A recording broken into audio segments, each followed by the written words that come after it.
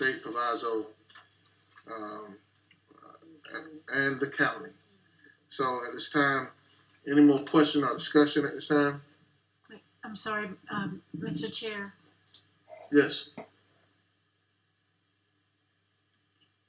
Discussion open? Oh, yes, yes. Okay, so, Mr. Chair, Yes. before we go that far, we do need to make a motion to go back into public session. Oh, sorry about that. That's okay. Is there a motion to go back into public session? Move to go back to public session. Second. It's been moved by Commissioner Vine, second by Commissioner Harris, that we go back into public session. Question or discussion? Seeing none, hearing none. All those in favor, say aye. aye. All those opposed? The ayes have it. We're now in public session as stated before, with discussion item 4.01. Ms. King. So the agenda today is, if I can find it.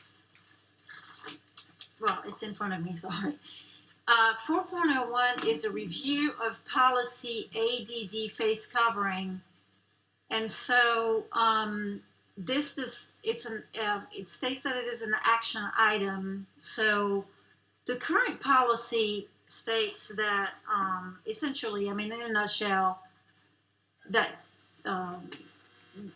everybody who's in the schools need to wear face masks. I mean, that's essentially what it is. So with the review of this policy, what's the recommendation of the administration, or is there any change? I mean, that's what we're here for. Isn't that right? There's a review of the policy. Okay. I don't believe there's any change to the policy. So there's a review. So what does that look like? I stated in the last meeting, we know that the city ordinance is on one side, the state proviso on another. We're in the middle, so we're here to review the policy before the opening of schools to see what we should enact upon, and that's where we are tonight. So the policy is still in effect, Mr. Chair. Commissioner Harris. Also, I'll add that policy ADD face covering is actually still in effect. That's why we have to decide whether to keep this policy in effect or whether to abolish it or suspend it. Right? Yes, Commissioner King. So this is a question for our legal counsel, Ms. Williams. Can you state exactly the date that the state proviso was voted on and put into effect?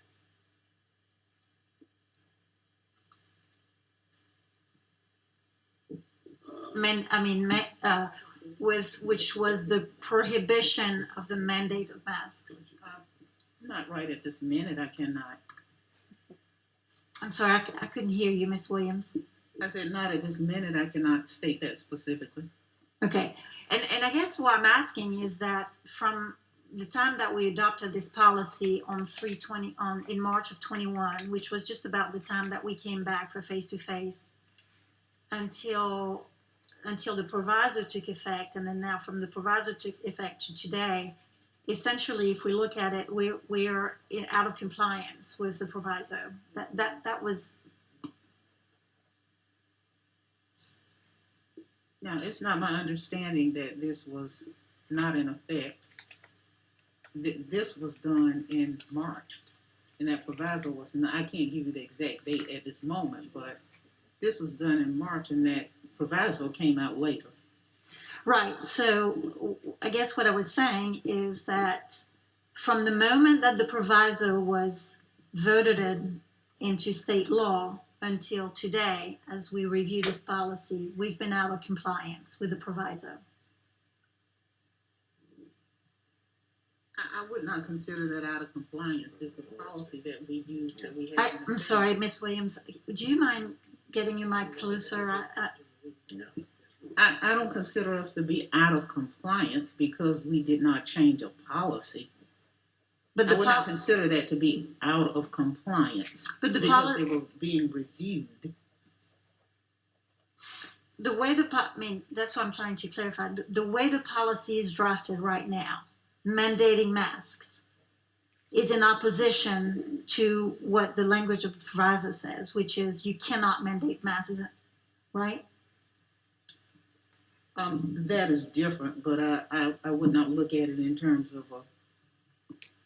the way you described it. Okay, all right. All right? Any other comments or questions? Mr. Chair, Yes. as it relates to the date of the proviso, it was last month, it was the last date of session, Yes. that this was passed. And that's when, discussion was, I guess, made to discuss the policy because we knew that the policy was still in effect. That's one of the reasons too why the special meeting is being called. Correct. Because the board sets policy, not the attorney. So just wanted to clarify that. Okay.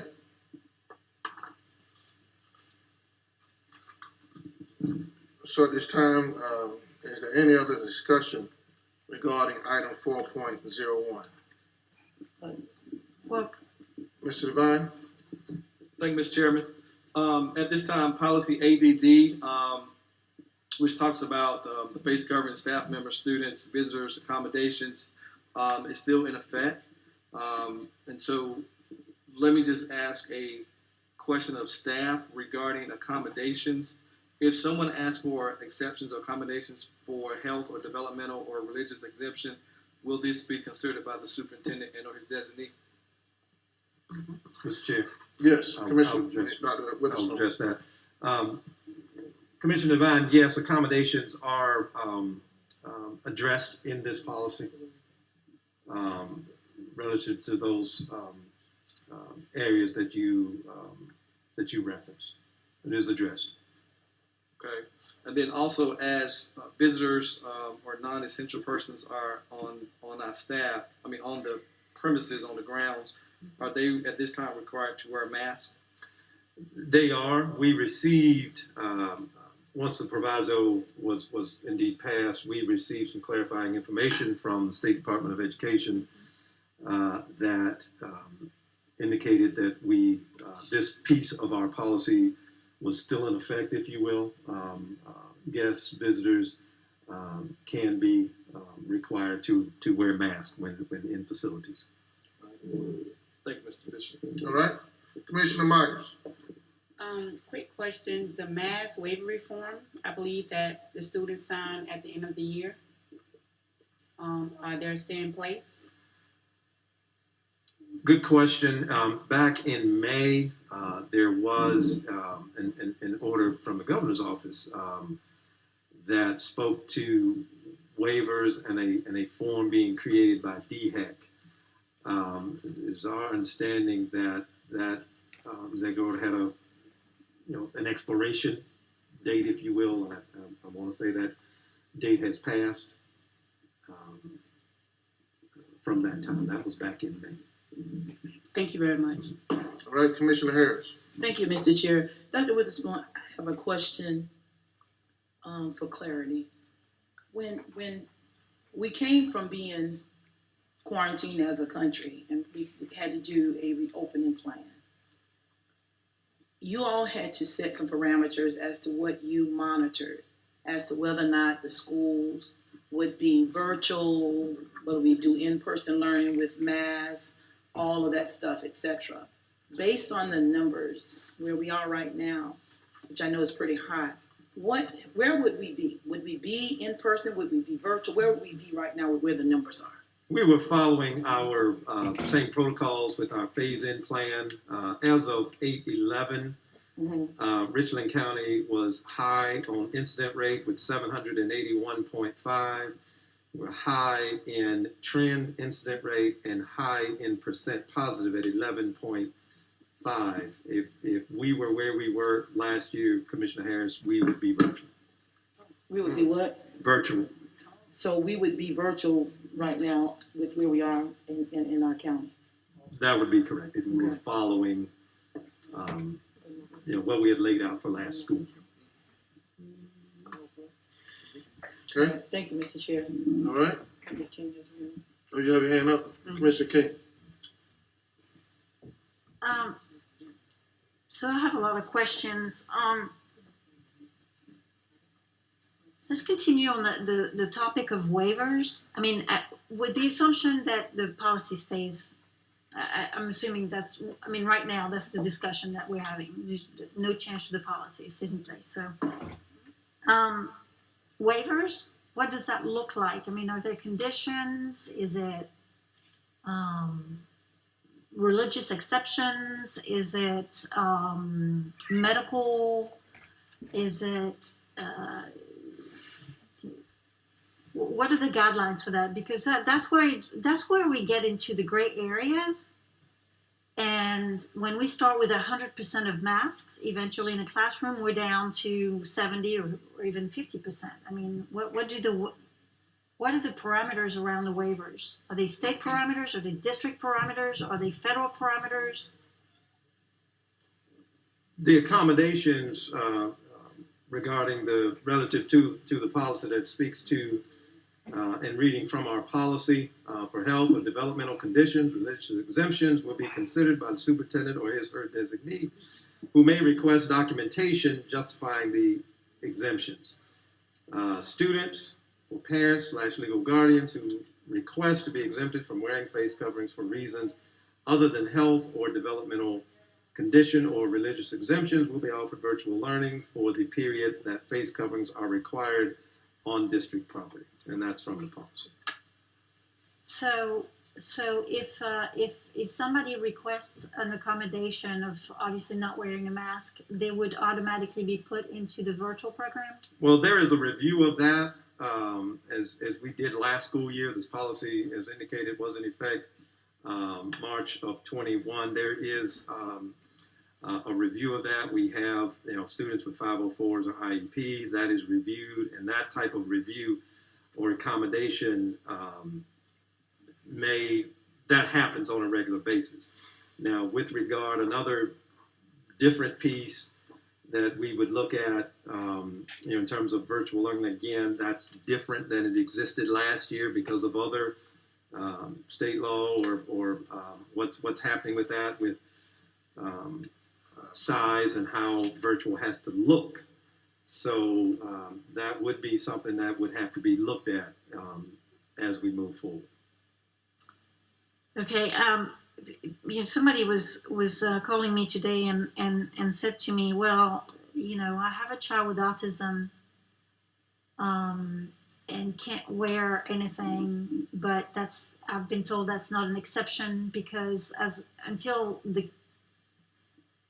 there's proof of breathing issues, medical issues, that would not be an exception. We've been looking at that again since last year, so I'm not sure who communicated that, but Okay. We do have school staff and this staff that can work with parents through that process. And that's my point, Dr. Witherspoon. I think communication needs to be very, very, very clear. Yeah, absolutely. Okay, my other question for now is, let's talk about enforcement. So you've got, a teacher that comes in and removes their mask and don't want to put them in, or a kid who does not want to put their mask on. What happens? Well, going back to last year, as we all visited schools and saw policy ADD in effect, for the most part, our students and our staff complied. We didn't have any issues. I was in schools, and if I did happen to see a principal or administrator kind of remind whether it was a student or staff member, they did, and there was no big issue or concern. I would like to think that that same climate and culture would be in place as we move forward this year. That's my hope, but Dr. Witherspoon, I mean, we just have to be very candid and honest about this because it's become so political, right? I mean, very political, that we are not in the same situation as we were last year. And so my fear is that we're going to have,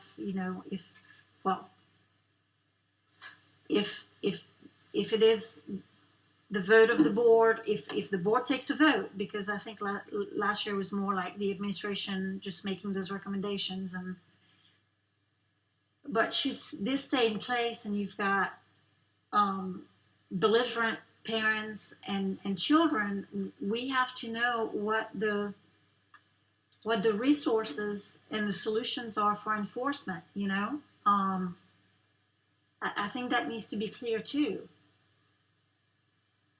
And we do that with the code of conduct. We do that with other, and the board did indeed endorse the policy. Just to clarify, this was a board approved policy, so this was not the administration just doing in this case. So this was indeed a board approved policy, as we have other policies that we put forth. And again, our expectation is that folks follow our policies and we maintain, as we have, a positive climate and culture in all of our schools and in all of our departments and offices. All right. Okay, I'll yield for now. All right. Any other questions, discussion? I do. All right. Go ahead. So, I did ask this, and this is a public discussion, meaning that the public needs to hear as well. There's nothing really confidential in this. What I'd like to know, first and foremost, I really want to do what's right for our students and our staff. That's number one. And I'm not opposed to a mask mandate. I'll put that on the record. For me, the number one priority is that our kids be in school face to face. I've been a fierce proponent of this, and I maintain that position. And I really believe that at this time, masks are really the best mitigating strategies to guarantee that scenario. And I completely recognize that and support that we need to protect our staff and students. But like I said, I mean, this has been really politicized and become very difficult for everyone. On the other hand, to Mr. Bishop and Ms. Harris's point, last board meeting, here we are as a board, which has been duly elected by constituents, just like the legislature and the city and the county. This decision has been taken away from us, and that's just, it's wrong. However, it's kind of dare if you do, dare if you don't. We're in this position where, and in all due respect to the city and the county, from what I understand, they're trying to attempt to do what they think is best to protect their citizens and their constituents. But on the other hand, we have the state that tells us one thing, and then we have the city that tells us another thing. And so I have always been under the impression that the school district, or anybody for that matter, has to abide by the higher statute, which is the state statute. So I'm asking again, Dr. Witherspoon, has your administration sought a legal opinion on this matter, and what are the risks for us, whether we comply or we secede, for lack of a better word? Ms. King, we did receive legal advisement in executive session, and I cannot or would not move that forward in here in this particular setting. We do know the language of the proviso. I can certainly read that in. We also know the language that is listed in the city emergency ordinance and the language in the county ordinance as well. That would be all I could provide at this time. So can we have elaboration from Ms. Williams?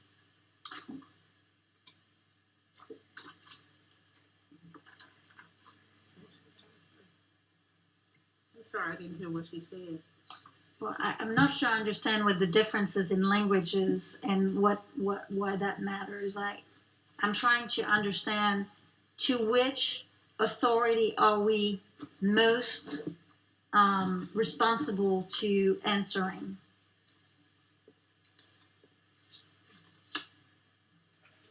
I answered what I thought was in the best interest of the district during executive session, and my response would not change. All right. All right, and Commissioner Harris. Thank you, Mr. Chair, and I'll be, hello? I'll be real brief.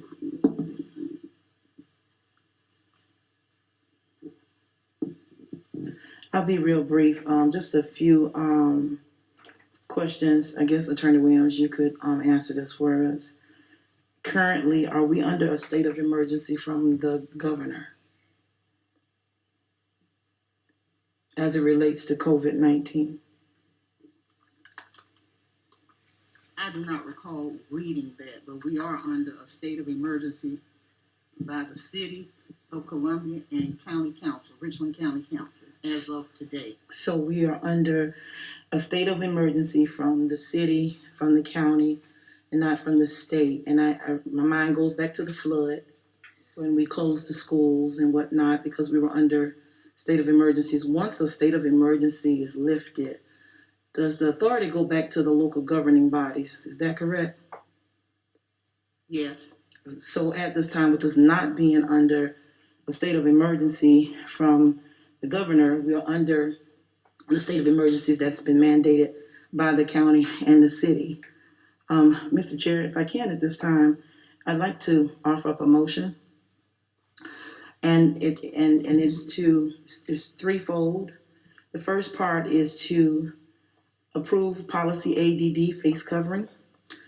And whereas the ordinance number 2021-069 was ordained by the City of Columbia on August the 5th of 2021 to affirm and ratify Mayor Steve Benjamin's declaration of state of emergency for the City of Columbia, and further affirms and ratifies that facial covering shall be required by all faculty, staff, children over the age of 2, and visitors in all buildings at public and private schools or daycares whose purpose is to educate and or care for children between the ages of 2 and 14 to slow the spread, say that again, to slow the spread of the novel coronavirus and the disease COVID-19 within the city limits. It issued 4 areas, and it's my understanding that the county has adopted the same 4 areas, which is face coverings, which cover the nose and mouth, shall be required in all indoor facilities on school or daycare grounds. This paragraph does not apply to religious establishments. However, the use of face coverings is recommended at all establishments educated and caring for children. Number 2, any person unable to safely wear a face covering due to age or underlying health conditions or is unable to remove the face covering without the assistance of others is exempt from this imposition. And thirdly, a person who fails to comply, paragraph 1, shall be guilty of a civil infraction punishable by a fine. Number 4 is a person who fails to comply shall be guilty of a civil infraction punishable by a fine not more than $100. Each violation of this ordinance shall be considered a separate and distinct offense. In addition to the fines established by this paragraph, repeat violations of this ordinance by a person who owns, manages, operates, or otherwise controls a school or a business subject to this ordinance may, subject to all procedural protections set forth in the city code as well as your county code, resulting in the suspension or revocation of any occupancy permits or business license issued to a business where the repeated violations have occurred. And I'll stop there because I think that's the gist of the ordinance that has been issued by the city and the county. But I am making a motion to uphold policy ADD face covering until a later time that we can determine that we are no longer at risk of our children being susceptible to the spread of COVID-19 until the numbers go down. That is my motion. Second. I'm sorry. It's been moved by Commissioner Harris to uphold our policy ADD, facial covering, along with several other statements that's been stated. It's been second by Commissioner Devine. Question or discussion? Seeing, okay. Commissioner King. Yes, Mr. Chair, again, I've already stated what my preference would be. However, I cannot disregard the laws by which we are governed, so I need some clarification. Are we governed by ordinances of the city, or are we governed by the laws of the state? Which right now, the city and the state are in opposition of each other. I believe what was stated was that the local authority has stated it's a state of emergency. Well, no, I know that, Okay, but so- this school district abides by what? Does it abide by the state law or by a local ordinance? That's the question.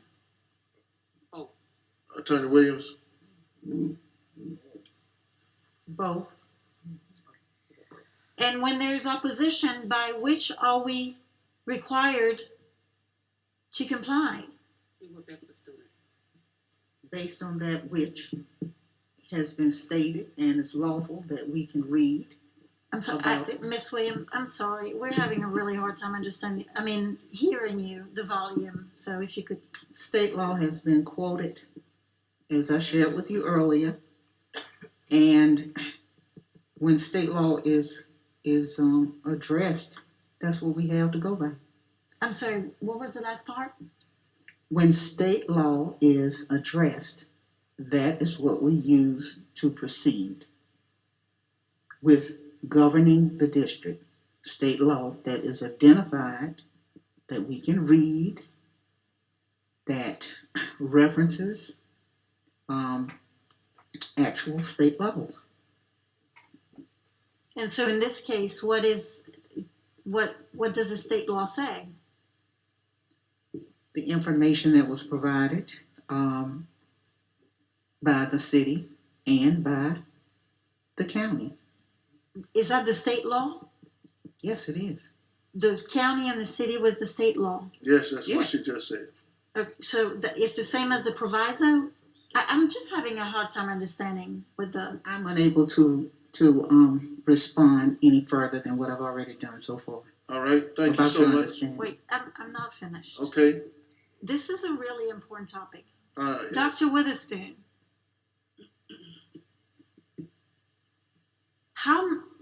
so when I read the proviso, it essentially, well, from a financial standpoint, what is at risk if we are not in compliance with the state law, the proviso?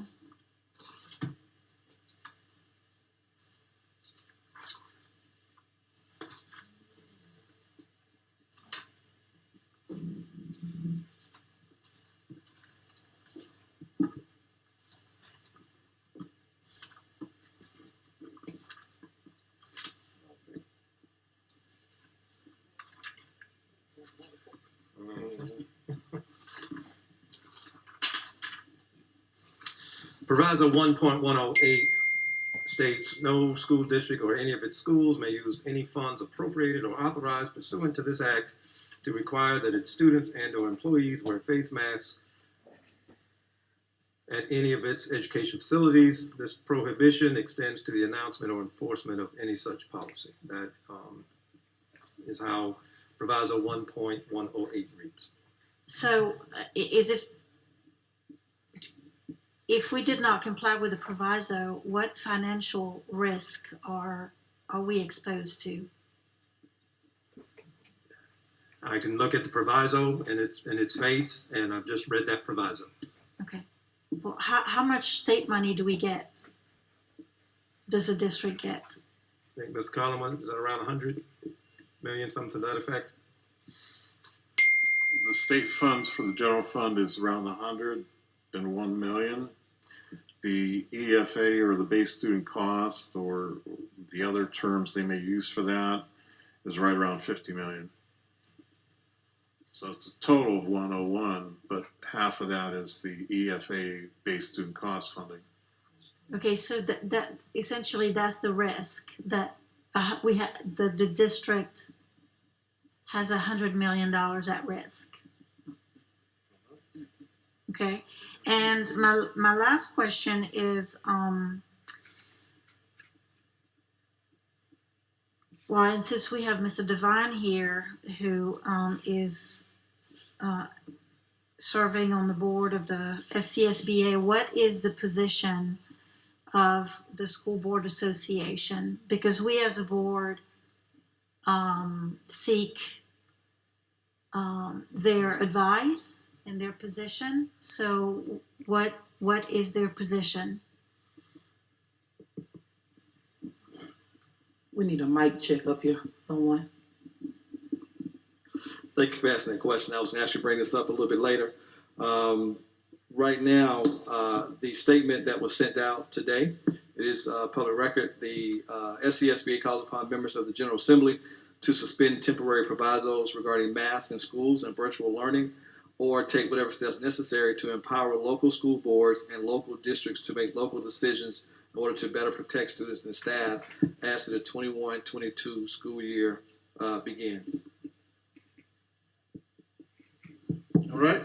So what position is that, or previous position? So they're essentially saying that we need to have the law changed. That is correct. So, okay. All right. Any Commissioner Harris?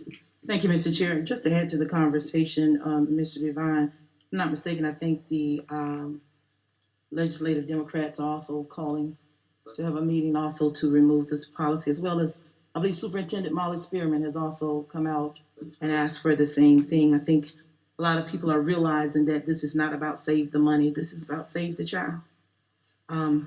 I won't get on my soapbox, Mr. Chair, but we took an oath to protect children. And I heard one of the most heart-wrenching reports yesterday from the superintendent in Lancaster talk about losing a child. And he said, we're bringing politics in and children are dying.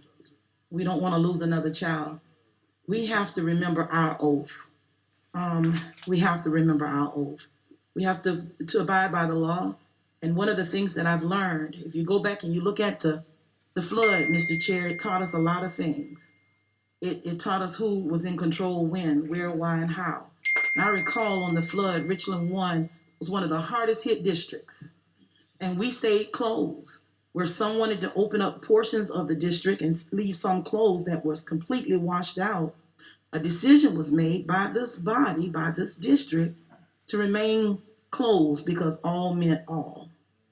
When legislators inquired, because I remember plenty of those conversations, I was the chair at the time. Why are you still closed? Because all children are not safe. Well, this is the flood of 2021. It's called COVID. And our children are not all safe. We can look at this any way we want to. We can debate this all night long. Let me tell you something. There's something very powerful when you pray and you realize that your calling is to protect the children, to be the voice for the voiceless. There is no vaccine for children under 12. If there was a vaccine, you would look at this totally different. But I'm going to tell you, how can you in good conscience not protect a child that can't even get the vaccine? That's unreal. If it was provided, it would be different because that parent has that right. But it's not provided. And we're not looking across the country. Yeah, things are happening everywhere. We're looking right here in our back door. Kershaw, Charleston, Pickens, Greenville, Greenwood, Richland, Lancaster. And some are not talking because they fear. We can't be afraid to keep children safe. I cannot. I've lost enough sleep over this because parents are asking me, what are we going to do? And the question is not, how much money are you going to lose? The question is, will you protect our children? That's what sits before us tonight, y'all. The child.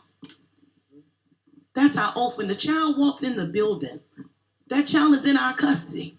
When DSS comes into a home and finds that a child is not safe, the government has a right to come in and remove that child and protect it. When that child comes to a Richland 1 school or any school, The child is in the custody of the district. They're under our care. And it is our responsibility that while they are in our care, Mr. Divine, we keep them safe. No, the mask will not stop COVID, but it sure enough shut down the flu epidemic last year. It will slow the spread. And if we would all do our part, some didn't get vaccine, some don't want to wear the mask, and that's why we're back where we are today. But we have to look at our responsibility to those 20-something thousand children that we serve in this district and realize we're getting ready to open our doors in less than 48 hours. 48 hours in the midst of a pandemic.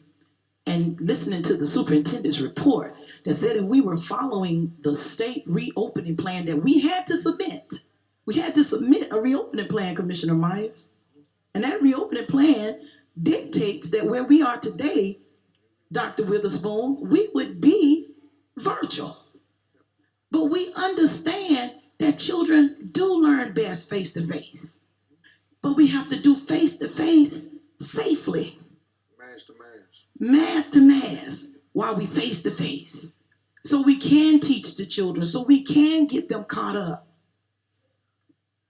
But if we have to go back virtual, and that's where we're trending, look at the data. Compare it to last year. We're on track across the state and across this country to be shut down again. That's nothing none of us want. I don't want the kids back home. Not right now. They need to be in class. Teachers need to be in class. And one thing we have to remember, what happens in the schools dictates what happens throughout our entire community. If a child gets sick, the parent can't work. The parent has to be home with the child. So that means jobs are going to be running at half staff. When you go to your Bojangles or your Popeyes to get your regular 2-piece, it's closed at 3 o'clock because they don't have adequate staff because people have COVID. The signs on the speakers everywhere. We have to pay attention to what is happening. That is not to infringe on anyone's rights. That is to do our job as duly elected board members for Richland School District 1 that have in their custody and their care 23,000+ children. We have to make right decisions, not political decisions. And it is right to protect the child. Before I get off the soapbox, I have to thank all of the business partners, all of the churches that are ordering and supplying this district with masks for their children because they realize how vulnerable these children are. You know why? Because they're funeralizing parents and children all week. Mr. Chair, very heart-drenching story was shared with me about one of our elementary kids. Lost the grandparent February of last year to COVID. This is not across the country. This is Richland 1 news. Lost the father latter part of the year to COVID. Aunt took the child in. She was funeralized on Saturday.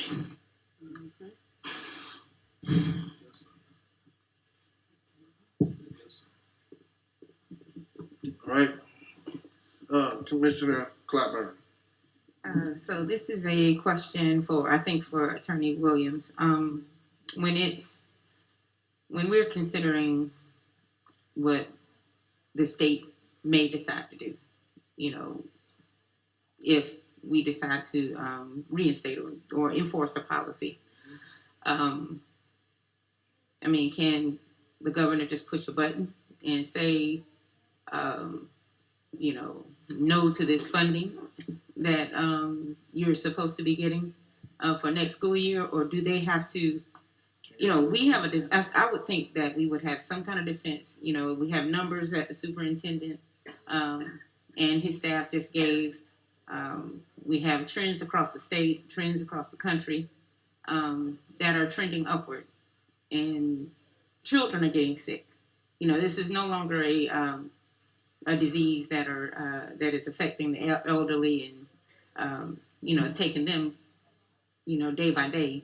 It's affecting children now. And so what Ms. Harris, said about, and what we all know about the vaccine not being available to kids under the age of 12, it's scary. It's scary, as a parent. And I know kids that are afraid. So it's not just parents, but, what protection do we have, as a district, if something like that was done? I cannot guarantee that, but we do have the courts. And there have been some courts in the United States that have, in fact, ruled against state government in terms of protecting the children. All right. Any other comments? All right, we do have a motion on it. Okay. Commissioner Rivera. Thank you, Commissioner Bishop. Looking now at our state law 59/1910 states that each school district shall be under the management and control of the Board of Trustees provided for in this article, subject to supervision orders of the County Board of Education. We are the County Board of Education. We're here to serve and to protect and to defend all of our young people, particularly those who can't defend themselves. Ms. Harris has said it so well. I couldn't have said it better. I just echo the sentiments of what she said. We don't want to close. The whole goal is, number one, to keep students safe. Number one. And I would say number two is we don't want to close schools, but we need a mechanism in place in order for our schools to be safe and for our children to come and to learn, because we've learned some lessons from last year. So going forward, I would hope we continue to listen to the science and to the data. I received a petition or letter today from over 1,000 doctors and pediatricians and those in the medical field who have asked again the legislators to go back and look at this proviso and allow local control, because what happens, one area may not affect another area as much, but however, we need to have the control. It was earlier stated that we are the elected officials, duly elected by the electorate of this area to represent them. We are here to do a job. I will continue to do that, and I will continue to ask that we abide by that. And again, we all took an oath of office to uphold the Constitution and to make sure that we do what is right by our students, by our staff. And so I will continue to do that and do whatever I can to ensure that we continue down this road of a mask. Thank you. Okay. Ms. Harris. Thank you, Mr. Chair, and I do apologize to my colleagues. Y'all know how I feel about these children. It's kind of hard to wear black every other week to a funeral. You're burying children's parents. I want to finish what I was saying. We have a responsibility to love not some of the children, but all of them. All of them matter. Their safety and their well-being is paramount for us. When we talk about mental health, how do we help a child get through the fact that they've lost 6 and 8 relatives in 1 year to a pandemic, and they're trying to come to school and learn? There's a lot of things we have to consider. And I think one of the most important things that's before us tonight, guys, is to consider that mask is an ounce of prevention and it leads to a pound of cure. We have a responsibility as the governing agency of the school district to do what is right to protect the children while they're in our care. So let's make sure we do the right thing tonight for children. Thank you, Mr. Chair. Mr. Chair. Yes, Commissioner King. Yes, so logistically, Dr. Witherspoon and Mr. Carlin, in the first round of ESSER money, we bought a lot of PPE. Did we buy masks, and what kind of quality of mask? We did buy masks. We bought both disposable and cloth. What are they N95? No, Did we buy any N95? no, Why not? wasn't recommended for them. Because N95, the 95 means 95% effective. Cloth masks are between 20% up to just about 40% effective. And I think the devil's in the details, and those are things that the administration needs to consider. This round of federal money that we have, will the district purchase masks? PPE is listed, and I would say yes, we would be buying masks.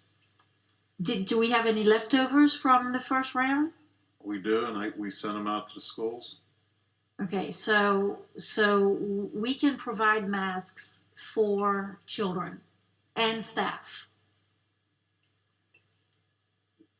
Yes, So we have the money for that, right? yes, we were using the ESSER funds. Okay. So that money's not the issue. It's just the spending.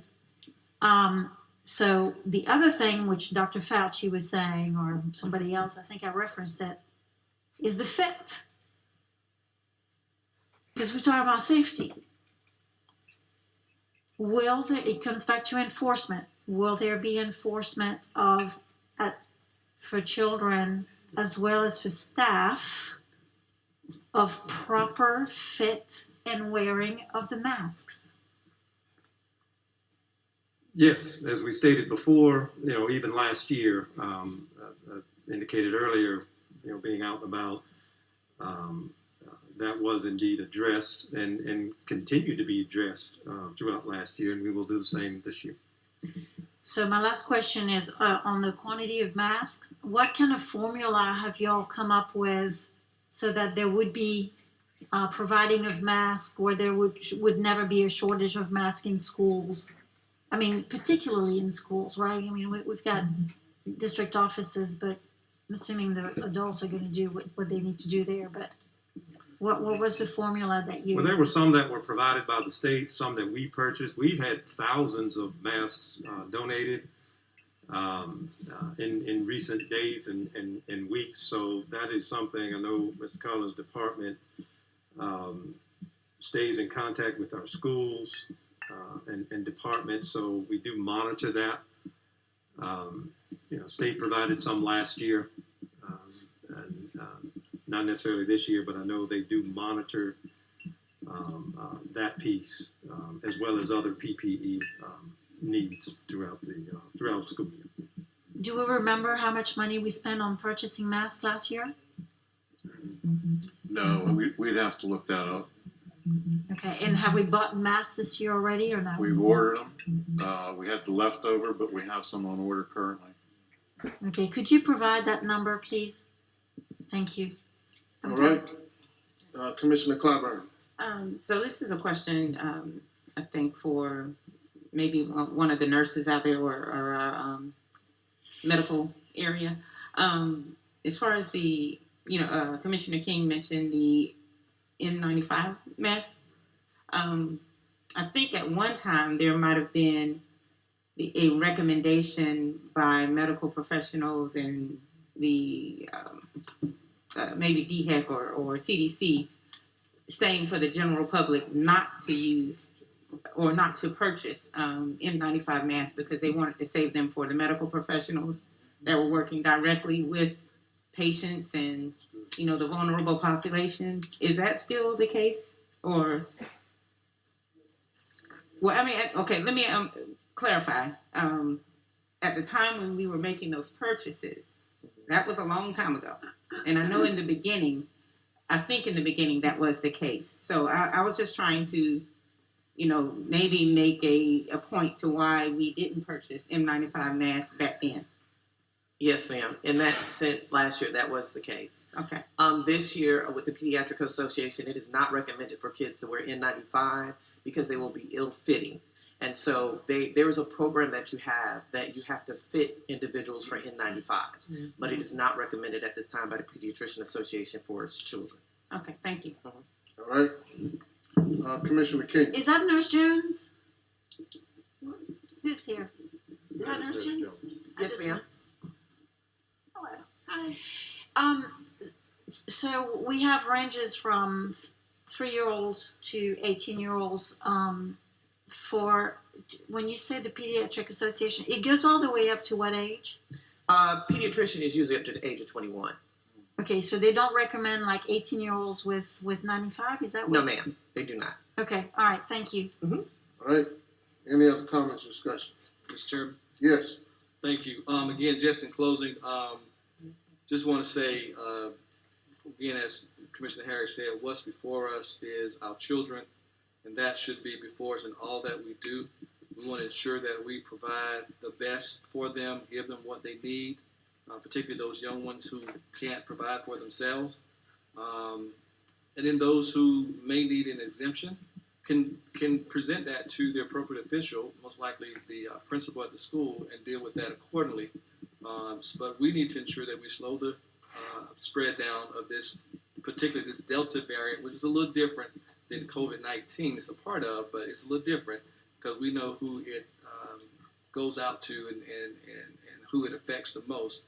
I also want to note, too, that Charleston County School District just passed a mask ordinance. Also, got a colleague down there who just sent something out to that effect too. So again, this stands before us, and look forward to the final vote. Thank you, Mr. Chair. all right, Commissioner Harris. And Mr. Chair, one last final thing that was stated in the county's meeting as well as the city, as we talk about the supply of masks. And I'll read this from the actual ordinance. It says, Richland County will provide all necessary face coverings for all schools or daycares at their request, so no school funds are required to be expended to comply with this emergency ordinance. All right. Seeing no other comments, I just want to say, Commissioner Harris, your comments are very heartfelt and spot on. And I think you spoke to the biggest risk is the loss of our children. I would even go further to say that not just the loss of them according to, death, but loss of enrollment. You know, when you get emails from parents who feel that this leadership is not protecting their children, and that's a loss as well for students to leave your district. So I think it's been heard or said that maybe this is something that the courts will have to deal with. Well, I'll tell you what the courts can't deal with. Dealing with the loss of a child don't need to be in the court. It need to be something that we handle as leaders to be responsible to our oath and what we swore to do. And so, very healthy discussion. And I appreciate all you all with your comments and even your questions. There is a vote on the floor. We'll now cast our vote. Wait a minute. We're gonna do it manually. Yeah. All right. All those in favor, say aye. Aye. All those opposed. It is a 6-0 vote with no opposition. All right. Thank you so much. We got one last item, which is item number 5, which is adjournment. With no objection, we now stand adjourned.